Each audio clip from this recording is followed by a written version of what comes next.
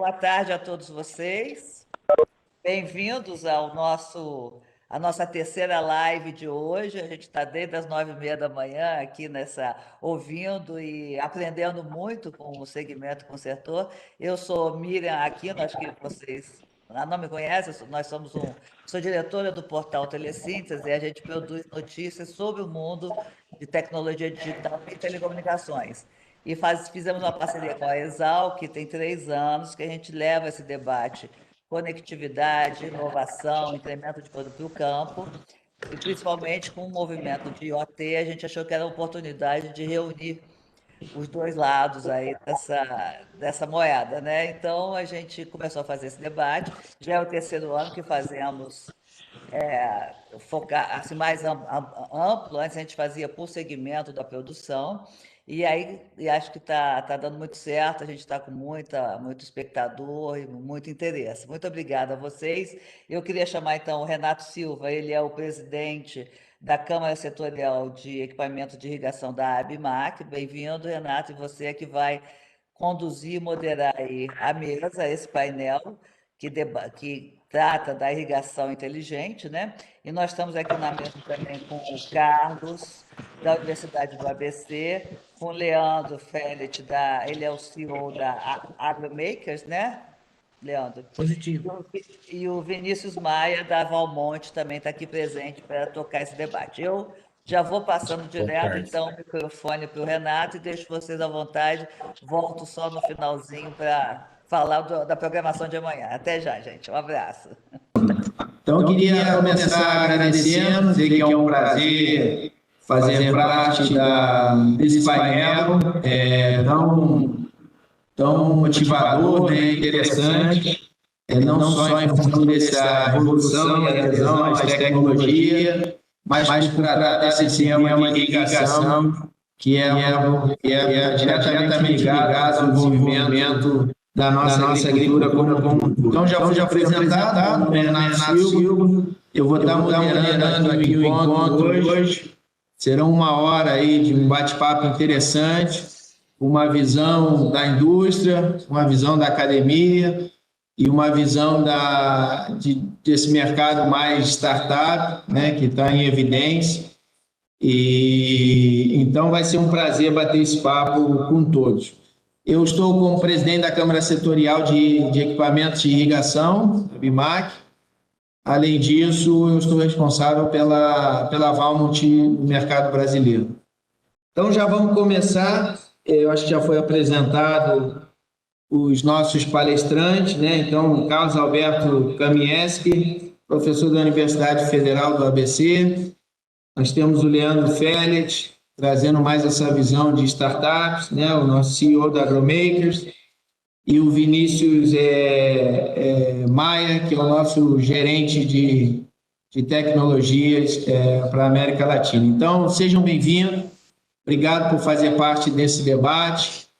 E eu já vou passar para o Carlos para começar uma introdução de 5 minutos, compartilhando um pouco. É lógico que esse momento, né, de Covid, nós infelizmente tivemos essa catástrofe na saúde, com mais de 400 mil mortes, pessoas do bem que poderiam estar entre a gente, mas sem dúvida alguma tivemos avanços importantes em termos de adoção de tecnologia. Então, seja bem-vindo, Carlos. Passo a palavra para você para dividir um pouco como é que a academia, né, está vendo os desafios dessa rápida adesão às tecnologias como um todo e como ter essa turma preparada para esse novo comum aí que está chegando. Obrigado, Carlos. Está contigo. Bom, obrigado, Renato. Boa tarde a todos. Também gostaria de agradecer o convite recebido pelo pessoal da organização da Agrotic para participar desse evento, dessa live. A minha área, né, eu sou professor de ciência da computação, principalmente a área de redes de computadores, sistemas distribuídos, e tenho trabalhado com pesquisas na área de internet das coisas, IoT ou IoT, desde 2013. São várias aplicações possíveis, dentre elas a agricultura é uma aplicação bastante importante e que tem um grande potencial para trazer resultados, principalmente num país como o Brasil. E aí, desde 2016, 2017, nós começamos a trabalhar num projeto de pesquisa em colaboração com a Europa, um projeto aplicado baseado em pilotos, né, chamado Projeto SWAMP, que tem o objetivo de desenvolver uma plataforma para gestão inteligente de água, especificamente para irrigação na agricultura, focado em 4 pilotos, 2 no Brasil, 2 na Europa. E aí a ideia é coletar o máximo possível de dados, umidade de solo, né, o principal dado aí, mas dados também vindos de estação climatológica, previsão de tempo, para conseguir fazer, então, uma previsão mais precisa, uma estimação da necessidade de água, otimização da irrigação, para você poder, então, irrigar exatamente quanto é necessário, né? Nem mais, nem menos. Então, o grande desafio é você tentar trabalhar com um sistema de irrigação em que ele é totalmente automatizado, em que os dados, né, como o mundo hoje está sendo governado por dados, a ideia é você ter dados suficientes para você ter modelos, então, que conseguem calcular exatamente para cada área, para cada zona de manejo, zona de irrigação, a quantidade de água que precisa ser irrigada e exatamente quando, né? Nós, no caso do projeto SWAMP, tivemos aí um contratempo, porque o projeto finalizou justamente agora, final de abril, e pegamos toda a pandemia, então não conseguimos concluir os estudos de campo, principalmente com a irrigação de taxa variada, em que aí você teria um ganho maior de economia de água e de energia, mas deixamos pronto uma plataforma de software com os modelos para serem usados para, então, a estimação precisa da quantidade de água. Então é isso, eu vou parando por aqui a minha introdução e fico à disposição depois para a nossa conversa.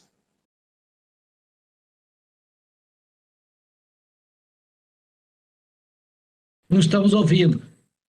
Então, e agora? Beleza. Então tá bom. Então, me escutam agora, né? Fazem um sinalzinho. Beleza. Carlos, muito obrigado pela introdução. Sem dúvida alguma vai ser um papo bastante interessante para explorar um pouco mais esse tema. Eu passo a palavra para o Leandro. Leandro, para nos dar uma visão, né? A disrupção, né, que acontece numa crise como essa, assim como a Primeira Guerra, a Segunda Guerra Mundial, são os momentos que as criatividades, né, afloram e a gente começa a repensar o nosso modelo de negócio e tem sido uma oportunidade muito interessante. Eu recentemente visitei a Agtech Garage ali em Piracicaba e fiquei bastante impressionado com as oportunidades que empreendedores estão trazendo para o agronegócio. Então, eu queria que você desse uma introdução aí sobre a sua empresa e como é que você vê essas empresas, startups entrando para auxiliar o dia a dia, a vida dos produtores. A palavra está contigo. Boa tarde. Está me ouvindo, Renato?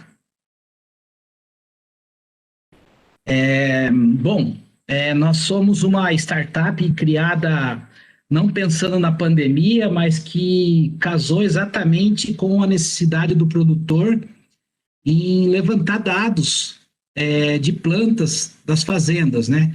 E que veio casar muito bem com as tecnologias já existentes dos projetos de controle à distância de pivôs centrais e de sistemas de irrigação. Então, nós desenvolvemos uma tecnologia visando enxergar um pouco do desempenho das plantas. Como que o produtor ele faz uma avaliação do desempenho das plantas. Hoje em dia, tudo na fazenda, nós temos uma meta. Tudo menos as plantas. Então, por exemplo, o pivô central ele tem uma meta quando a gente faz um dimensionamento da irrigação, para ele aplicar, por exemplo, 8 minutos por dia. E aí, ao longo do tempo, a gente vai determinando qual é a estratégia de lâmina de irrigação conforme a interação entre solo, planta e atmosfera. E ele só consegue ter o termômetro realmente se ele acertou ou não, qual foi a produção que ele obteve no final do ciclo, a hora que ele faz a colheita. Então, nós desenvolvemos um sistema em que a gente faz uma análise diária, né, para não dizer horária, ou a cada 5 minutos, de qual é o desempenho das plantas. E, em função disso, nós conseguimos acompanhar como está sendo a meta imposta à planta em relação à evapotranspiração e dar uma estimativa com uma precisão de 95% da produtividade. Então, em função disso, o produtor ele consegue ter um poder maior para tomada de decisão. Por exemplo, quando ele faz negociação da safra na bolsa, ele consegue ter uma relação melhor de qual é a produtividade, né, real que ele tem no campo. E eu cito um exemplo. Eu acabei de chegar numa fazenda em que a gente fez o plantio do milho safrinha, e esse milho safrinha ele está praticamente 25 dias sem chuva aqui na região. Então, qual vai ser a produtividade, né, que esse produtor ele vai ter? Nós já sabemos, né, com uma precisão de 95%, qual é a produção que ele tem, e em função disso ele consegue ter uma estimativa muito maior de qual é o custo de produção e qual é o desempenho das plantas. Beleza? E a gente vai conversando aí, Renato. Obrigado. Muito bom, Leandro. Ótima introdução e parabéns aí pela criatividade e coragem, né, em começar o negócio. Eu vou passar agora para o Vinícius, para trazer o Vinícius Maia, para trazer um pouco a visão da indústria. A gente sabe que as indústrias, de forma geral, ou o mundo, está vendo o Brasil de uma forma diferente, né? Não só por uma questão de disponibilidade de água, a gente tem aí 12 a 14% da água potável do mundo, temos disponibilidade de terras, e aqui eu digo muito mais em termos de expansão para áreas de pecuária e intensificação para áreas de agricultura de hoje, mas nós temos 850 milhões de hectares, e o melhor, que a gente está localizado entre os trópicos, então é um clima tropical, que na década de 70 se imaginava que se produzia apenas em clima temperado, e conseguiu-se demonstrar, através dessa junção entre empreendedorismo, iniciativa pública, privada e academia, de que os trópicos permitem, sim, produzir com alta qualidade alimento. Então, as indústrias, não tenho dúvida, e estão enxergando o Brasil como um grande potencial para alimentar o mundo. Então, a pergunta que eu passo para você, Vinícius, é como é que a Valmont, como líder do setor de irrigação inteligente, está se posicionando nesse mercado? Vamos lá, Renato, professor Carlos e Leandro, bom, boa tarde novamente, é um prazer, né, agradeço ao convite do pessoal da Agrotic, Exalctec, para representar a indústria, né, a opinião da indústria nessa junção com a startup e com a academia. Se nós fôssemos colocar de trás para frente, vamos dizer, não do hardware, mas para o nível do IoT, como o professor colocou, eu acho que essa é a posição que a gente, como uma indústria produtora de equipamento de irrigação, de hardware pesado de irrigação, como é o pivô, a gente está posicionado, assim como outras indústrias. Então, tudo isso, ele gira em torno daquela ideia de produtividade de água, né, produzir mais com menos, lemas tradicionais e comuns dentro hoje do linguajar agrícola, agronômico, enfim, e, claro, gerando economia, como é um dos temas que o próprio pessoal da Agrotic colocou aqui, da gente pensar na irrigação inteligente, mas não esquecendo aí do meio ambiente. Então, como hoje nós da Valmont, né, ou a indústria, uma indústria antiga, né, nós começamos na década de 50, né, nos Estados Unidos, no Nebraska, para trazer as pessoas ao entendimento disso, e basicamente criamos, né, o pivô central, e por algumas décadas trabalhamos com o pivô central, como várias outras indústrias, como um hardware pesado, vamos dizer assim, quase sem software. E aí, a partir, depois da Revolução Verde, na década de 60 ou 70, e depois chegando nos outros países, a gente começa a ver, na última década, ou últimas 2 décadas, um approach, um chegamento maior de tecnologias, né, em nível de software para dentro da ferramenta do equipamento de irrigação. Então, dentro da indústria, hoje dentro de uma Valmont, nós nos posicionamos como dentro do tripé de importância que tem dentro da empresa, que seria, claro, a excelência dos produtos e do distribuidor e a satisfação do cliente. A tecnologia é ponto focal, é a ponta desse iceberg que nós temos hoje sustentada dentro da nossa empresa. E muito interessante a todos que nos ouvem aí, né? Interessante esse tema da startup, muito importante isso que está acontecendo no Brasil. E um professor que não é agro, comumente nós absorvíamos antes muito mais professores agro se dedicando a isso. E hoje a gente começa a ter gente olhando para o agro, é sinal de que o agro está crescendo. E dentro da Valmont não diferente, a gente tem uma linha de atuação dentro do IoT muito forte. Então, antes de citar um exemplo rápido, né, dentro dessa rápida introdução que eu estou fazendo, hoje a gente considera o seguinte, né, como eu citei, dentro do que nós fazemos, o hardware pesado, várias décadas trabalhando muito fortemente dentro do hardware, e hoje, numa linha de software, que até pouco tempo atrás nós trabalhávamos com temas de telemetria, ou ainda trabalhamos, pensamos em telemetria dentro da máquina, e como juntar dentro da fazenda conectada os nossos produtos, por exemplo, para a nossa plataforma Valley 365, é só um exemplo que eu estou citando, onde entra o IoT. Então, de alguns anos para cá, já caso real, dentro da Valmont, a gente vem desenvolvendo, claro, nos Estados Unidos e o Brasil, vamos dizer, seria o segundo ponto de desenvolvimento, até para uma tropicalização. Nós temos uma equipe de engenharia muito forte e grande trabalhando no Brasil.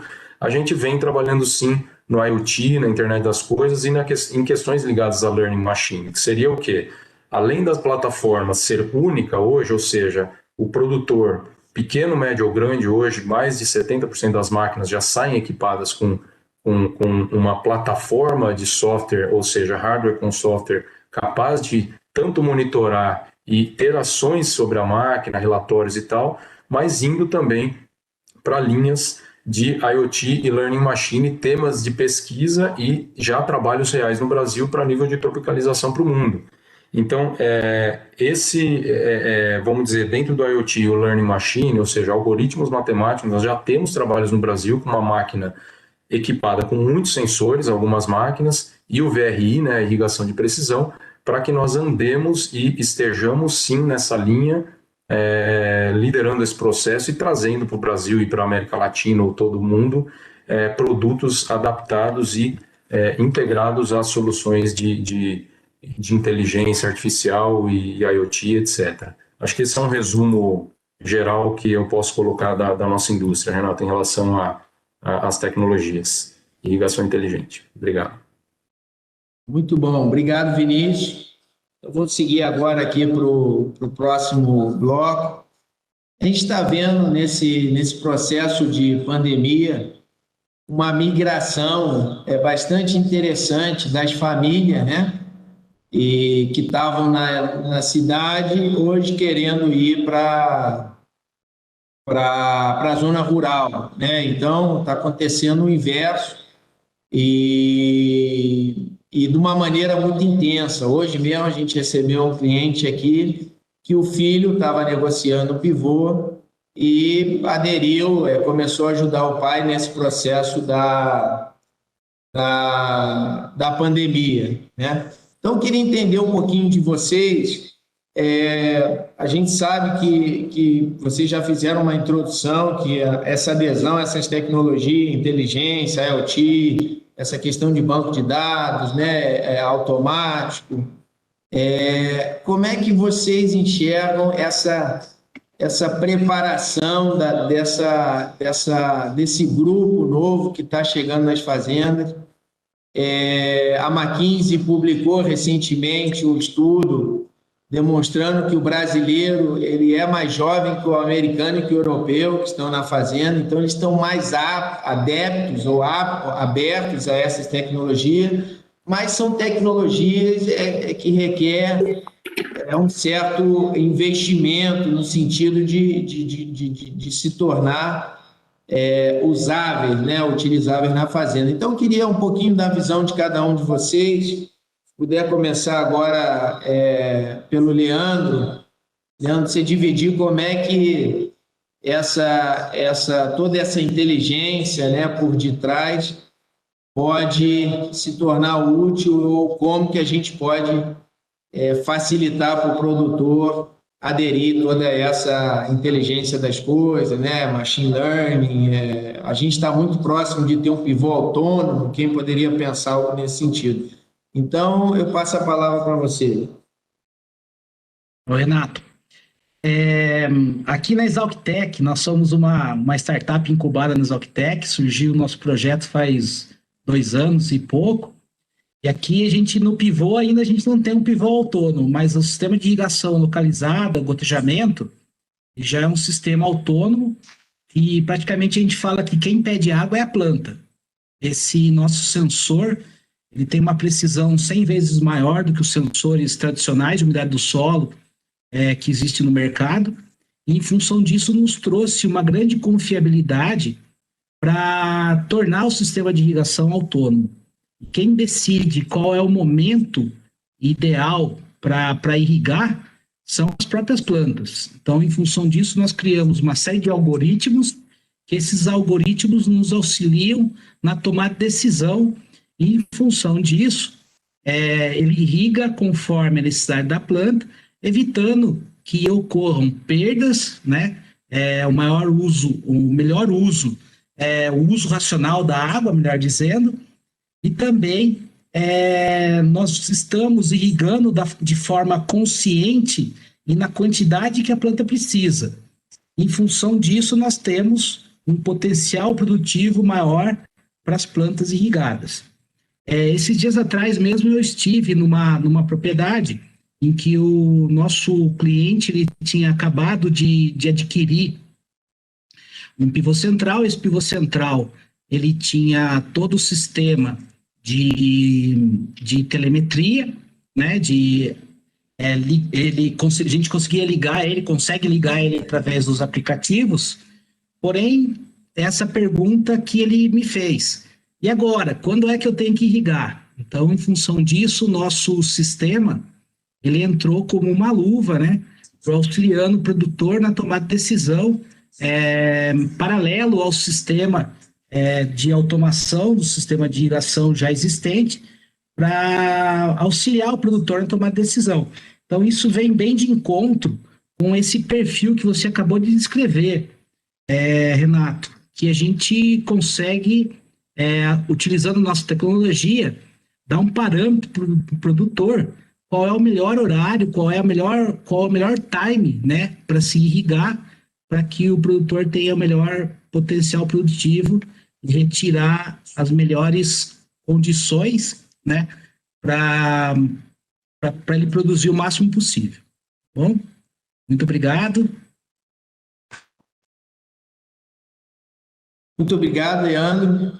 Passo a palavra agora para o professor Carlos. Pode ser, professor?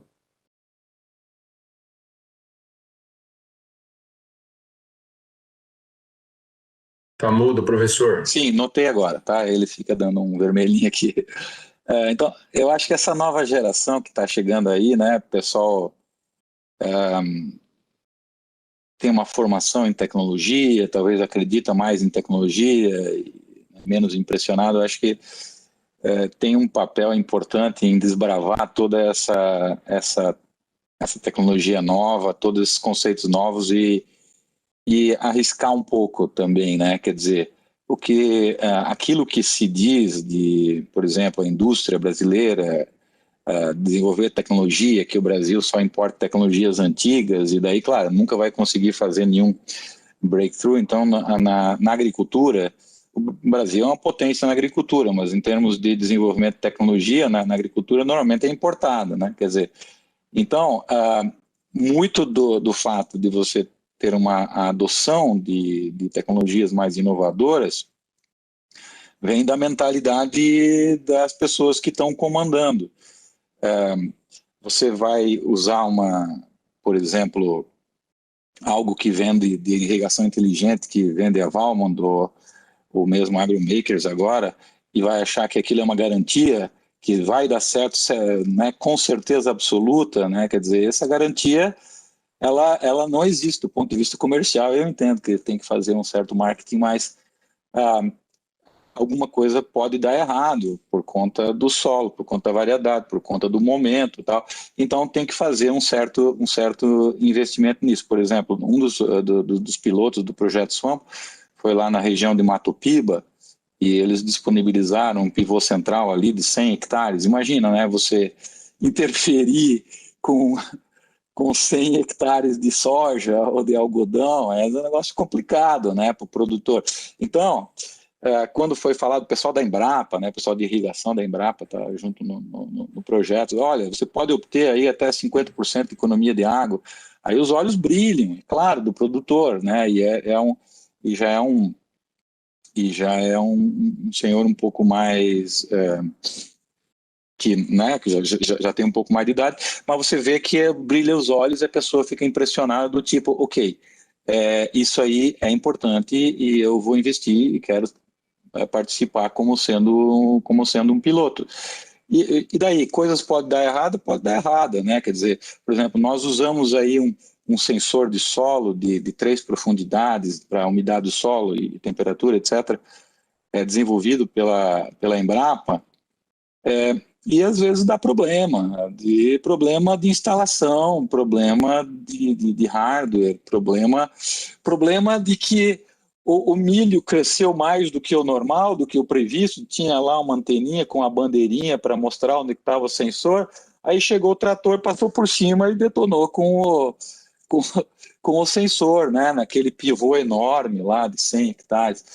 Então, quer dizer, esse tipo de coisa pode acontecer. Então, a conclusão, para você poder ter sistemas baseados em dados, e aí o pessoal, né, chama de inteligência artificial, dentro da inteligência artificial tem várias técnicas, né, tem o aprendizado de máquina, ou principalmente o aprendizado profundo que está se usando agora, depende muito de dados, e depende muito de dados bons. Então você tem que ter dados para você poder treinar os seus modelos, as suas arquiteturas de redes neurais, e ela poder aprender a estimar com precisão quanto de água precisa para aquela regiãozinha ali, etc., que é diferente da outra, né? Quer dizer, porque o solo varia, etc., e também tem a variação temporal do solo, a variação espacial do solo, mas tem a variação temporal da irrigação. Por exemplo, né, o pivô ali pode demorar 2, 3, 4 dias para completar uma volta.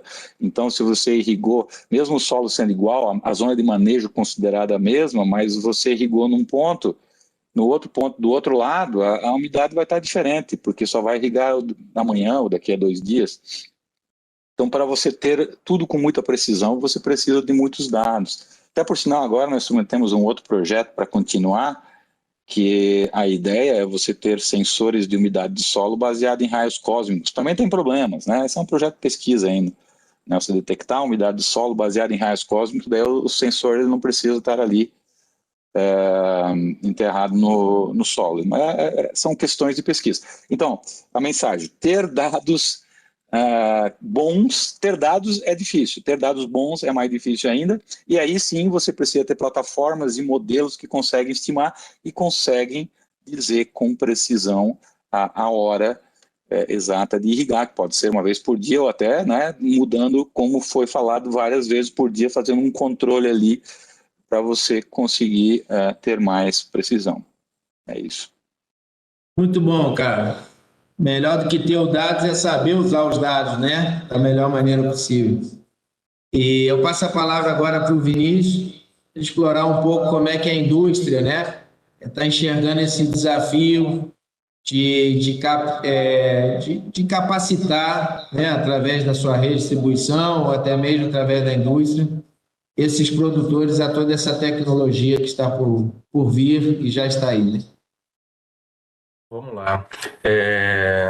Pegando o gancho do que está sendo discutido, então, aqui, pessoal, com certeza, a questão do quão jovem e aberto é o agricultor brasileiro, isso tende a ser um facilitador se nós compararmos, por exemplo, lá no Nebraska, nos Estados Unidos, onde está a nossa sede, há muito pivô ao redor lá da Valmont que utiliza tecnologia ainda apenas hardware, né, sem entrar no software, e então nós sentimos sim no Brasil uma abertura e um crescimento em todas as regiões, né? Nossa indústria é muito forte de norte a sul, leste a oeste do Brasil, e a gente sente uma abertura muito forte dentro do produtor.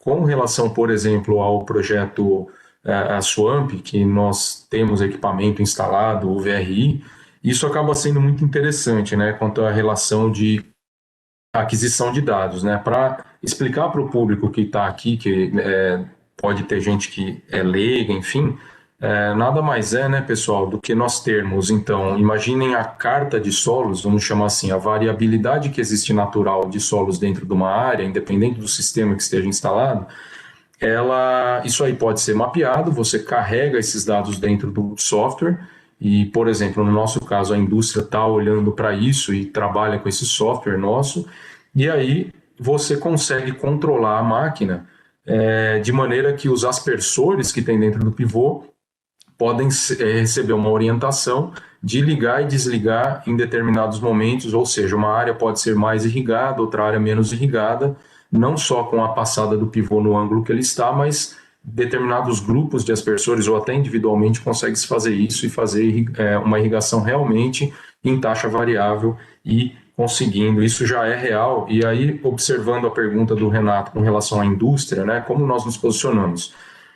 Eu percebo, né, nos anos que eu já trabalho com irrigação e tal, que esses últimos 2 a 3 anos a gente está recebendo uma demanda muito maior por equipamentos, e o muito interessante é que hoje, como eu já falei anteriormente, embora nós tenhamos no Brasil, e assim como vários outros países, um problema muito forte relacionado à conectividade, isso tudo está melhorando, porque a gente pode trabalhar com GSM, com rádio, com satélite, com outras formas. Então, dentro da nossa empresa, nós estamos solucionando esse problema, né? Nós temos parceiros para fazer isso, e assim como todas as empresas, temos a linha de trabalho dentro da gestão da irrigação, similar ao trabalho que o Leandro faz, mas assim, essa questão da qualidade do dado, ele felizmente dentro da indústria, o que eu percebo? Como nós somos um tropicalizador dentro da Valmont, o Brasil é o tropicalizador da tecnologia para muitos países. A gente não vai testar a tecnologia ou aplicá-la em todos os países.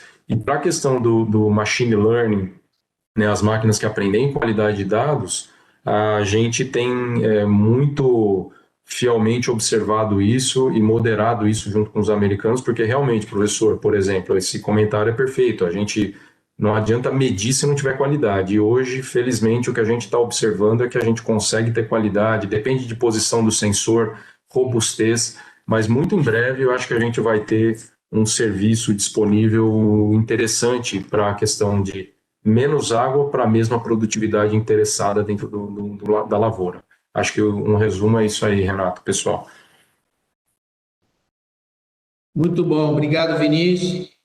Eu queria reforçar que a gente está muito aberto a receber comentários e perguntas no próprio site, tá? Então, a gente tem uma aqui da Vanice Ferreira, que eu queria explorar, que é um tema bastante atual, que é com relação à sustentabilidade. Aqui, antes de passar para vocês, eu queria compartilhar 2 pontos importantes que eu vejo referente a esse tema. Primeiro, é a importância da irrigação para você evitar a abertura de novas áreas, né? Então, o fato de você intensificar e produzir até 3 safras no ano, você evita a abertura de novas áreas. Então, isso é importante deixar claro a todos os nossos ouvintes aí e a audiência aí do site. Segundo ponto que eu gosto de reforçar, antes de passar para vocês, é com relação à utilização versus consumo da água, né? Que é muito comum a gente escutar, principalmente da zona urbana, que a irrigação consome 70% da água. E, de fato, ela utiliza, né? Tá claro, através de estudos, que através do ciclo hidrológico, 95% dessa água ela volta para a natureza, diferente das cidades e indústrias que, de fato, sim, consomem a água, né? Então, é importante deixar muito claro esses dois pontos.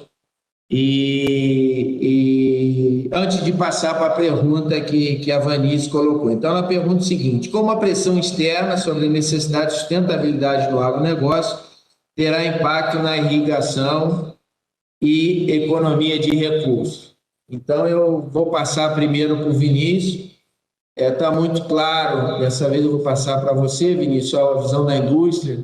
Apesar que aqui, como responsável também por uma indústria, eu queria deixar claro que esse é, de fato, um caminho sem volta, e não é só porque as indústrias querem, então, com essa iniciativa de ESG, mas porque a sociedade quer, as gerações novas, elas querem que o ambiente faça parte, né, da nossa pauta.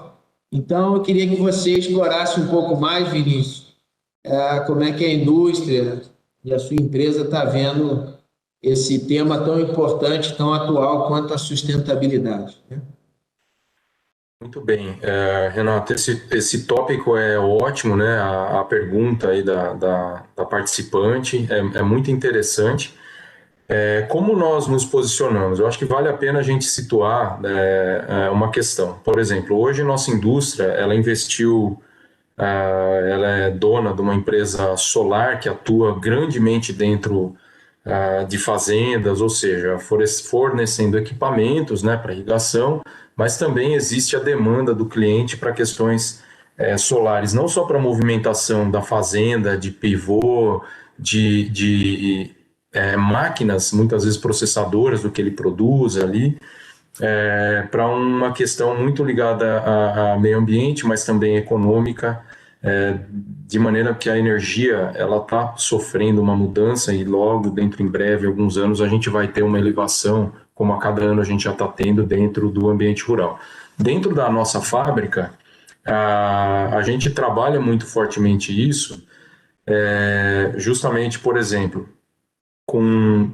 no software que nós trabalhamos, seja para a gestão da irrigação, né? Ou seja, a gente hoje, quando faz uma venda, isso é muito importante o ouvinte, quem está nos assistindo saber. Nós trabalhamos hoje numa venda e oferecendo praticamente, acaba sendo grátis por alguns meses, uma safra para o cliente, a gestão da irrigação. Qual que é o nosso objetivo? É claro que a gente tem um serviço atrelado a isso, mas por que a gente dá isso para o cliente? Justamente para o cliente saber operar e saber o quanto ele vai pisar no acelerador da máquina, quanto ele tem que irrigar e quando. Então existe uma preocupação, pessoal, que já não está mais ligada a uma questão de outorga, porque se não houver outorga, ou seja, o direito do uso da água pelo cliente, ele já não consegue mais o financiamento, as coisas estão muito mais fechadas. Mas ele quer realmente ter um selo, a sociedade cobra, ela cobra não só a fábrica e o cliente, e esse selo não é só um selo da boca para fora, a gente vê realmente produtores que estão preocupados em serem mais corretos, em cuidarem, em fazerem um bom uso da ferramenta, com economia, aumentando a produtividade não só da lavoura, mas a produtividade da área.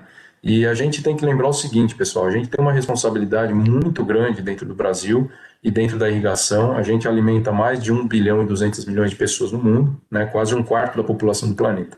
E isso aí vai crescer, e isso é uma responsabilidade nossa, e a nossa indústria está olhando para isso de uma maneira responsável com relação à utilização do recurso hídrico e de energia que é dedicado para se produzir, conseguindo reduzir, eu diria, os usos de água, né, dentro do ciclo hidrológico, como você falou, Renato, né, que volta 95%, 98%, dependendo do caso. Mas a gente está olhando, sim, muito para isso. Muito bom, Vinícius. Obrigado. Passo a palavra agora para o professor Carlos, pode ser, para explorar um pouco mais essa questão de sustentabilidade, professor? Acho que a grande motivação de você ter essa introdução de tecnologias, automatização dos processos agrícolas e particularmente da irrigação, é você conseguir atuar nesse conflito que tem, né, esse trade-off entre você ter que alimentar 7 bilhões de pessoas no mundo, né, a segurança alimentar, e você deixar um planeta sustentável, aí, né, gerar a sustentabilidade para deixar um planeta melhor para as próximas gerações também. Quer dizer, como é que você consegue juntar esse binômio? E a questão é você fazer escolhas inteligentes. Essa questão dos 70% de uso de água doce são dados da FAO, quer dizer, varia de país para país, né? 70% é uma média mundial. A irrigação ela usa muito do que tem disponível de água doce, mas claro, as pessoas não podem pensar que é daquela água tratada, né? Água que retira geralmente de fontes, ou, por exemplo, num dos nossos pilotos na Espanha, na região de Cartagena, toda a água de irrigação ela vem de plantas de dessalinização de água do mar, porque lá é uma região semiárida e aí só é permitido para finalidade de irrigação, só é permitido você usar a água que vem dessa planta de dessalinização e ela é controlada pelo governo.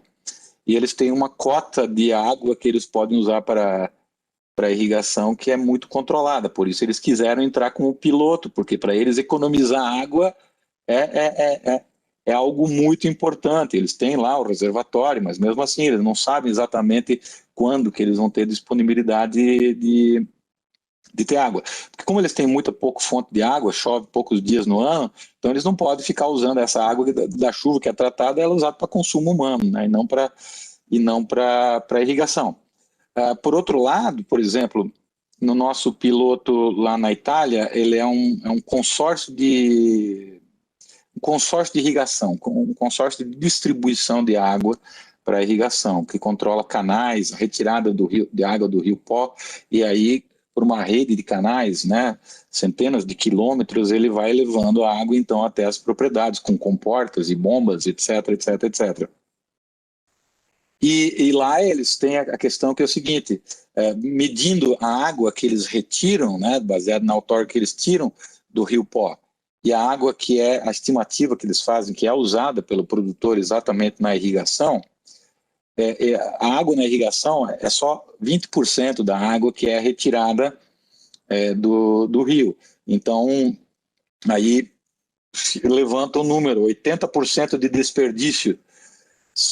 Só que também essa conta ela é um pouco mais complicada, porque, por exemplo, muitos dos canais eles vão passando pelas propriedades, pelos lugares lá, e tem muitos que não são, eles são a céu aberto, assim, e a água vai infiltrando. Então a água já vai infiltrando, ela já vai irrigando um pouco, ela já vai deixando o solo um pouco mais úmido, né, no entorno, então eles não conseguem estimar exatamente quanto que está sendo desperdiçado. Mas mesmo assim, tem o problema de retirar a água do rio, isso causa um impacto ambiental. Então, se eles puderem reduzir a retirada de água do rio, em termos de sustentabilidade, garante um bocado. Então, se você pensar que dá para economizar, estimativas variam de 30% a 50% de economia de água, e a água vai ser um dos grandes problemas da humanidade, já está começando a ser, e vai ser um dos grandes problemas da humanidade aí num futuro próximo, você vê que é uma estimativa muito boa. Atualmente, quer dizer, tem certos produtores que já estão preocupados na questão da sustentabilidade, mas um atrativo muito grande é você dizer, olha, você vai economizar 50% de água e, é claro, como é que a água chega lá no campo? A água chega no campo através de bombeamento e através de uso de energia elétrica. Por exemplo, no caso de plantação, no caso de culturas de commodities, pode chegar aí a 30% a irrigação, 30% do custo total de produção, e a maior parte disso é o custo da energia elétrica. Então, quer dizer, claro, é um atrativo muito grande. Mas, inclusive, esse fator pode ser o fator de você diminuir o custo, pode ser um fator importante para você equacionar o outro problema do binômio, que é a segurança alimentar. Porque se você produz a um custo mais baixo, então, em teoria, você pode ter um alimento num custo mais baixo também, o que favorece, né, a segurança alimentar da população do mundo. Então, essa que é a questão. Acho que a grande preocupação é a sustentabilidade e, ao mesmo tempo, a segurança alimentar. A segurança alimentar, mais uma vez, ela pode ser também aprimorada pelo fato de você ter aumento de produtividade quando você irriga exatamente, né, a quantidade necessária. Você nem prejudica a planta por irrigar de mais nem de menos. Então é isso. Obrigado. Muito obrigado, Carlos. Passo a palavra agora para o Leandro para explorar um pouquinho como é que as AgTech estão vendo esse pilar tão importante para o futuro, né, da nossa sociedade como um todo. Renato, puxando um gancho do que você falou um pouco, né? O Brasil ele tem 12% da água potável do mundo. E, além disso, esse número que a gente consome na irrigação, 60% a 70% do volume de água, a gente precisa tomar muito cuidado com essas análises. Por quê? Porque a irrigação ela consome 60% a 70% do total de água outorgável. E ainda existe um potencial muito grande para crescer a agricultura irrigada aqui no Brasil. Nós temos hoje em torno de 8 milhões de hectares e estudos recentes divulgados até pelo meu orientador, o professor Durval Dourado Neto, junto à Ana. Nós temos potencial para aumentar a área irrigada no Brasil ainda em 55 milhões de hectares, ou seja, multiplicar por 8. Tanto que eu falo que o Brasil hoje é a grande fronteira da agricultura irrigada do mundo, né?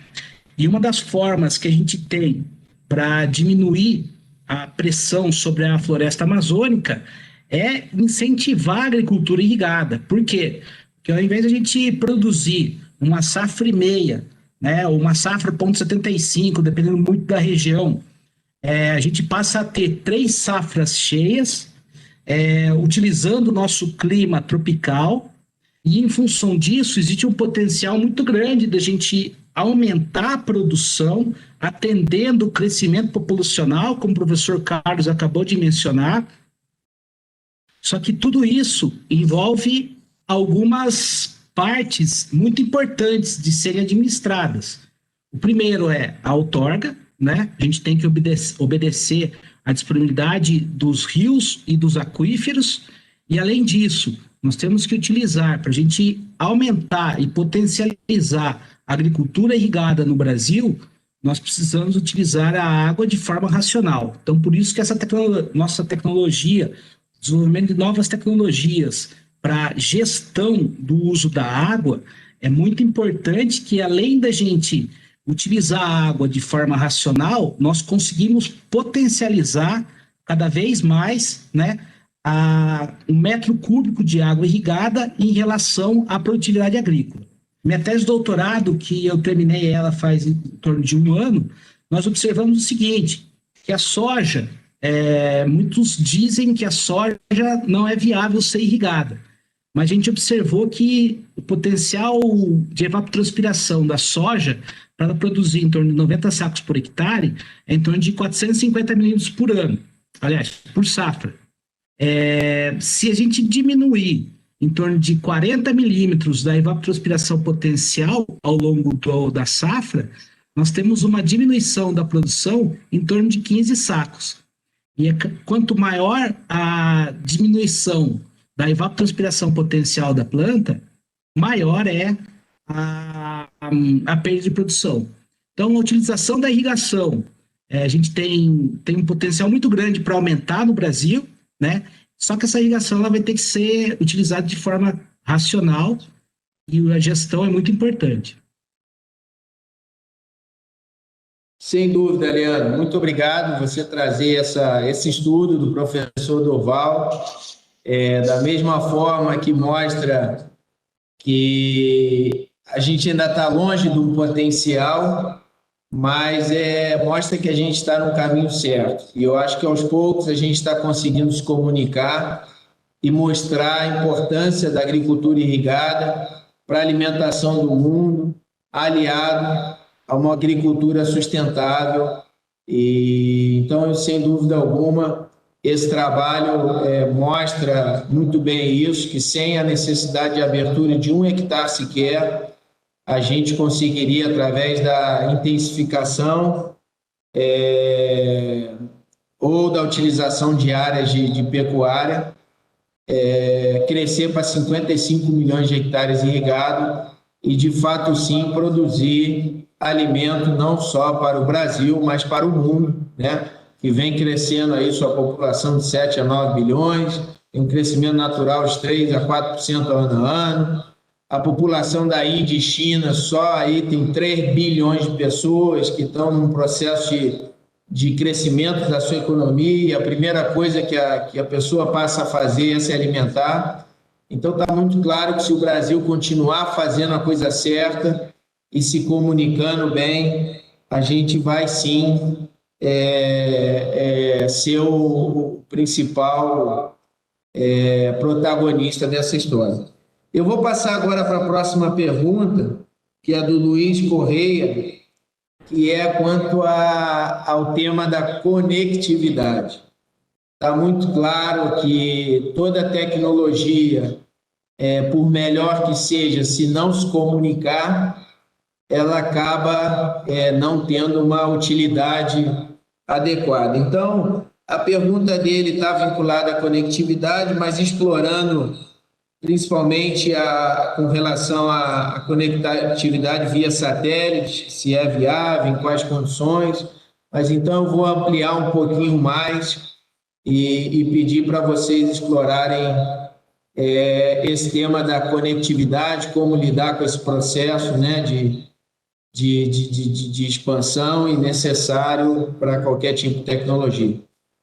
Pode começar, Vinícius? A visão da indústria? Sim, podemos. Vamos lá. Muito interessante essa questão. Vou tentar abordá-la de forma bem direta. Como eu citei anteriormente, né, vamos dizer assim, em paralelo a tudo isso que nós vemos de grandes, excelentes desenvolvimentos, aqui você vê uma ponta de uma startup fazendo um trabalho excepcional, um professor que não é do agro trazendo umas questões de IoT, ou seja, um múltiplo sensoriamento. Nós vamos evoluir muito com o SWAMP, né, que quem tiver curiosidade, até depois o professor, acho que é legal passar o link, né, professor, para ver esses trabalhos, eles estão na internet, super interessante. E conectividade, o meu modo de entender e como a indústria vê que realmente ainda é um problema, né, o Brasil, grosseiramente falando, você se afasta da cidade ou do asfalto, você passa a já não ter mais o GSM, e preferencialmente o GSM acaba sendo o sistema mais fácil de você conectar um hardware à nuvem, a um sistema de gerenciamento de qualquer coisa. Mas a gente tem adotado soluções na indústria como rádio, por exemplo, dentro da Valmont, como satelital, e isso não, além de outras oportunidades que vêm aparecendo no Brasil, como seja o Conectar Agro ou a Trópico, né, que é uma empresa privada, que nós temos também trabalhos em conjunto, e assim como outras empresas. Eu diria que a conectividade ela vai sendo sim solucionada, a indústria vem investindo nisso da maneira como é necessária às regiões em que ela está inserida, vendendo seus equipamentos. Ela entra e passa um trimestre, 6 meses, um ano e pouco, a gente se adapta para ter a solução, mas o que eu acho que a gente tem que pensar de muito importante, né, pessoal, é assim, a indústria, ou o que nós estamos falando aqui, está para atender o grande, o pequeno e o médio, né? Então, o grande, o médio e o pequeno agricultores. Isso é viável para eles? Claro, quanto menor o sistema, talvez ainda nós estejamos trabalhando um pouco questões de viabilidade, mas o muito importante é que a forma de conectividade de uma telemetria dentro de uma máquina, de um pivô, de uma máquina agrícola, ela é a mesma conectividade que vai trabalhar com o IoT, como, por exemplo, os trabalhos que nós fazemos dentro do Insights, né, o produto que nós temos mais ou menos nessa linha que o professor falou, trabalhando a qualidade do dado, mas o nosso hardware, múltiplos hardware equipando o pivô, que o pivô acaba que funciona como um scanner na área e vai obtendo imagens e dados, e a gente acaba trabalhando com uma interface humana e de algoritmos matemáticos para se obter um dado adequado. Mas a gente não vai no campo para pegar esse dado. É isso que é importante. Então, a conectividade ela vem sendo, sim, vencida. Na maneira que vem a onda, a gente bate uma contra-onda e resolve o problema. Às vezes não é no dia, vai levar 6 meses, mas a fábrica a nossa fábrica tem trabalhado assim. Acho que esse é o resumo que a gente tem do que nós estamos fazendo, Renato. Muito obrigado, Vinícius. Vou passar para o Leandro.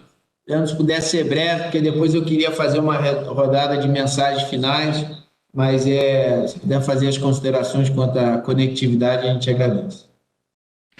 Bom, Renato, nós desenvolvemos o nosso sensor para trabalhar com um pacote de dados bem pequenos. Então, hoje em dia, o que a gente tem? Nós atrelamos nosso sensor à internet satelital, que isso possibilita a gente praticamente instalar os nossos sensores no Brasil inteiro, na América Latina inteira. Com isso, nós conseguimos ter uma qualidade, uma conectividade, né, em fazendas, desde pequenos produtores, que existem pacotes, os provedores de internet em torno aí de R$200 por mês já, mas o grande fator de tudo isso, o grande segredo de tudo isso é a gente diminuir o pacote de dados para que a gente consiga transmitir na internet satelital, e em função disso nós conseguimos viabilizar a nossa tecnologia, né, uma transmissão de um pacote bem pequenininho. Então, hoje em dia, a nossa tecnologia ela pode ser utilizada no Brasil inteiro.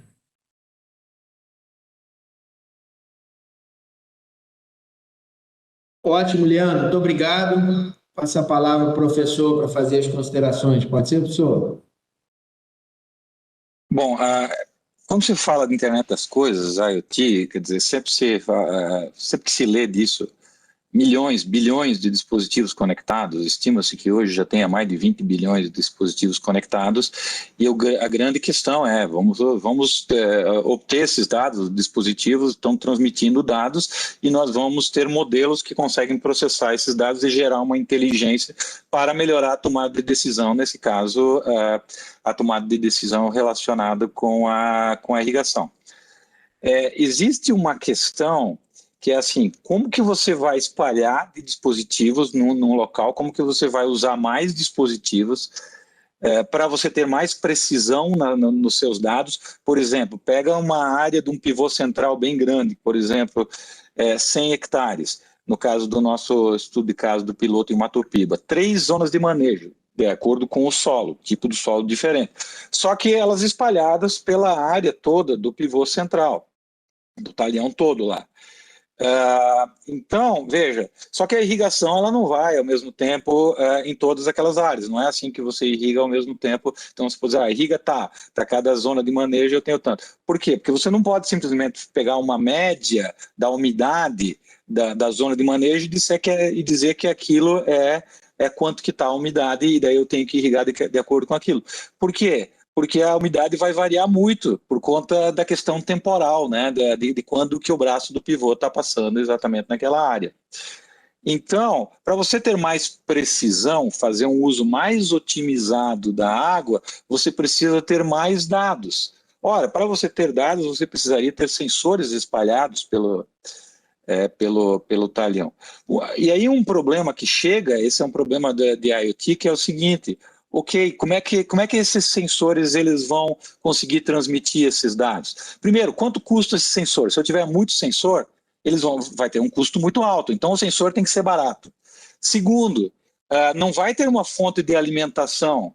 Isso vale para qualquer aplicação de IoT, mas principalmente no caso do campo. Como é que você vai ter uma energia ali chegando direto no sensor que está lá no meio do talhão?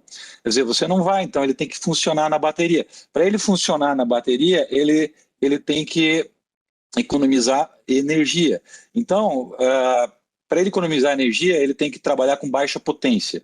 Por isso que as tecnologias que estão sendo mais utilizadas, que estão sendo mais preconizadas para isso, para você ter muitos sensores, são as tecnologias chamadas de low power, né, Wide Area Network, LPWAN. Entre elas, por exemplo, a tecnologia LoRaWAN, que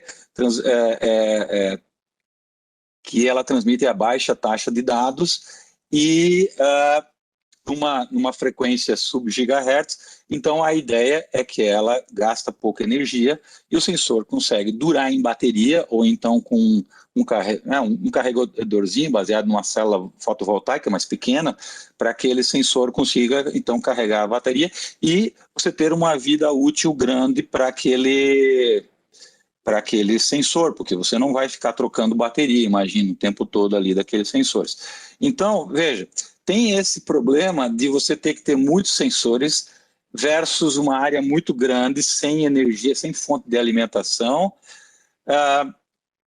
então, versus o custo do sensor também. Então, por exemplo, é interessante, por exemplo, até saber como a AgroMakes faz, porque satélite, você tem que ter uma altíssima potência para você conseguir transmitir para o dado poder ser capturado. Então, se você tiver uma bateria normal ali, ela descarrega a bateria rapidinho. E mesmo se você colocar um chip ali de celular, né, por isso que inclusive as empresas elas estão começando agora a testar o Narrowband IoT, né, NB-IoT, que é para que tem o Narrowband, justamente ele é uma tecnologia LPWAN. Então, veja só, você tem essa questão. Agora, como que a gente consegue levar isso lá para um lugar que não tem conectividade, por exemplo? Aí você poderia ter, por exemplo, ali onde que tem no pivô central, né, que tem toda a eletrônica ali, você poderia ter um geradorzinho, e aí você tem um telefone por satélite ali, que fica mandando os dados, e ele recebe os dados dos sensores através de LoRaWAN, por exemplo. Essa é uma arquitetura, porque cada sensor, se você tiver múltiplos sensores espalhados, vai ser muito difícil você conseguir fazer aqueles sensores funcionarem com satélite, e mesmo o custo vai ser muito alto. Ok, eu já falei demais, desculpa aí. Estou parando. Não, está ótimo, Carlos. Obrigado, senhor. Realmente o tema entusiasma a gente, mas infelizmente nós estamos chegando no final. A gente tem 6 minutinhos finais aqui. A gente gostaria de respeitar o tempo, até porque terão outros painéis. Então, passo a palavra para o Leandro para uma mensagem bem resumida aí de 2 minutinhos, que você gostaria de abordar quanto a esse tema do crescimento de irrigação inteligente. Obrigado, Renato. Obrigado, Vinícius. Obrigado, professor Carlos. Inclusive, professor Carlos, aproveitando o seu gancho, eu como agrônomo, né, a empresa aqui tem um corpo técnico da área agronômica muito forte, a gente teve uma dificuldade muito grande para resolver todos esses problemas que o senhor acabou de descrever muito bem. Foi muito difícil, né, é muito difícil resolver a parte de hardware e comunicação, mas nós hoje conseguimos um sistema que ele consegue atingir, ou melhor, atender todas essas características que o senhor acabou de descrever. Então, nós estamos abertos a parcerias, caso o senhor tenha interesse, caso a Valmet tenha interesse de a gente fazer alguma parceria, né? A gente está inteiramente à disposição. Muito obrigado para a equipe do Agrotic, a ExalcTech, pelo convite, e a gente está inteiramente à disposição para conversar com futuros clientes e com parceiros. Muito obrigado, Leandro. Passa agora para o Vinícius, suas considerações finais. Pode ser, Vinícius? Pode, joia. Bom, pegando o gancho do que o professor estava falando e o Leandro agora também, é bem interessante isso e real. Por exemplo, dentro de um pivô central, que tem realmente essa característica, né? O pivô ele vai passando, irrigando, então pode ser que lá do outro lado, 180 graus opostos, ele vai chegar lá talvez daqui um dia ou daqui a algumas horas, mas enfim, eu tenho uma variação temporal.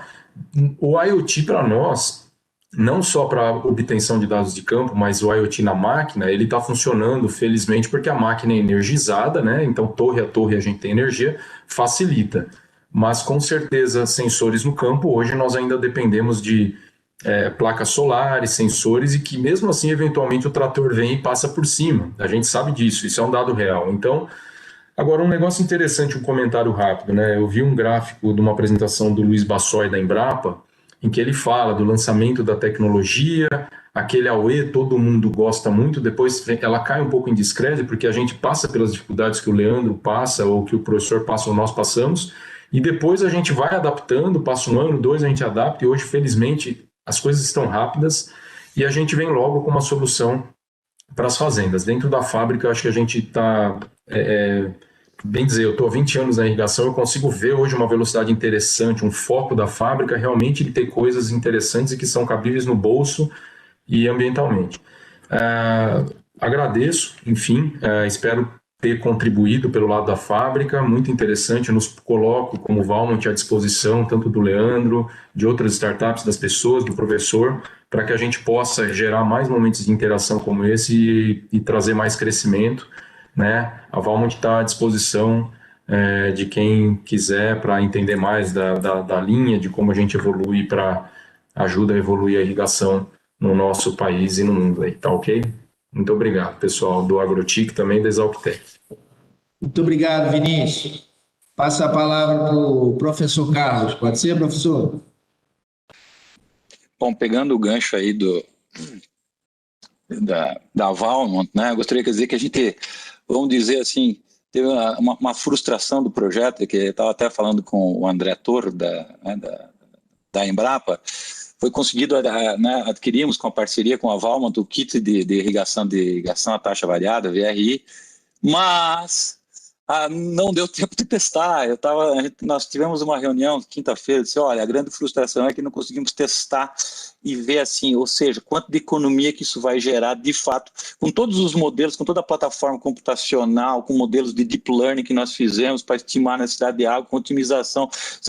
Agora eu queria ver irrigando lá e depois medir a economia de água, a produção, né? Quer dizer, então tem toda uma... Mas isso fica para o futuro.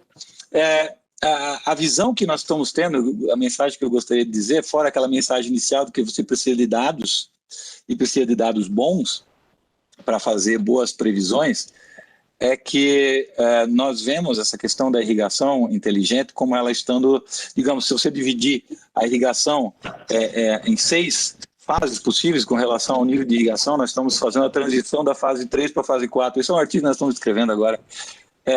Do tipo assim, está começando a entrar aquela motivação da irrigação, mas até você chegar a uma automatização total, então tem um processo ainda, tem um processo tecnológico, de desenvolvimento tecnológico, de desenvolvimento de modelos computacionais e de, por exemplo, de conectividade, de comunicação, de sensores, para você ter todas aquelas informações que você precisa para conseguir ter uma automação maior, então conseguir atingir esses objetivos que tanto importam para a sociedade.